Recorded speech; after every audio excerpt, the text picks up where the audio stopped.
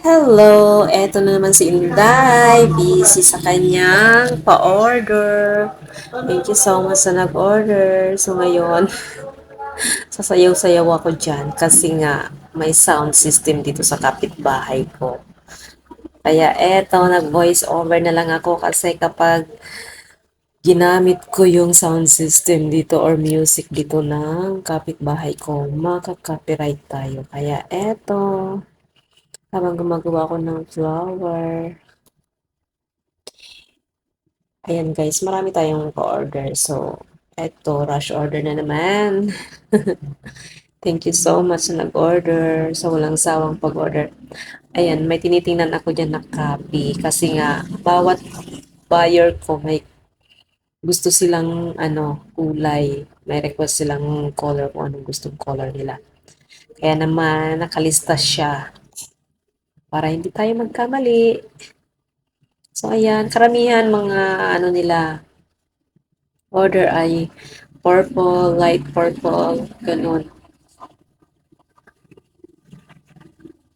May kanya-kanya silang request kung ano gusto nilang kulay, tsaka kung anong gusto ilagay sa gitna ng ating mini daisy.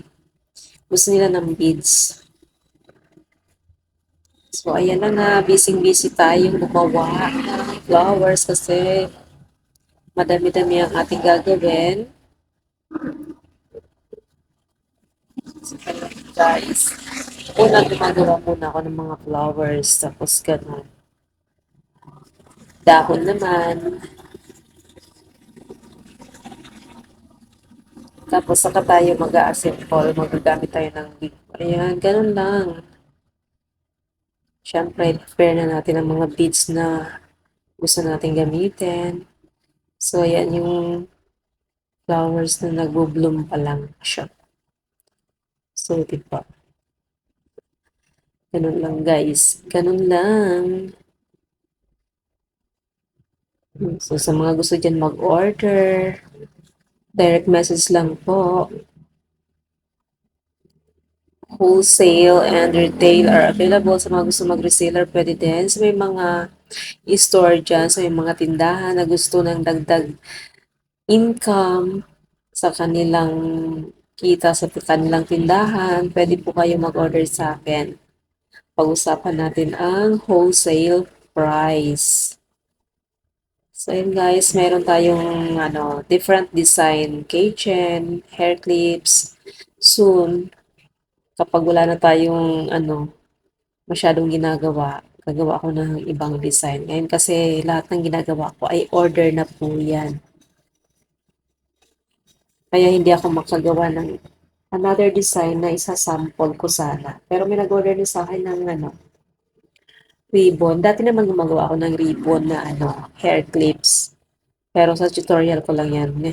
Ngayon naman, dahil may order na sa atin, so kailangan ko na naman mag-produce ng sample para naman kung gusto nila, makakapag-order sila. So, ayan, nag-assemble na tayo ng hair clips.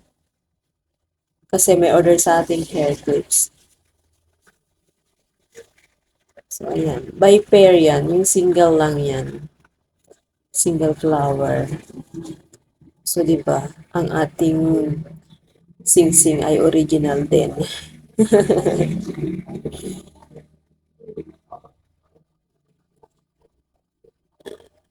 So, ngayon mag-assemble naman tayo ng headband. Marami tayong pa-order. Hindi ko pa nagagawa. But thank you, Lord. Thank you, Lord, sa patuloy na nag-order ng aking munting business. Salamat. Thank you for watching.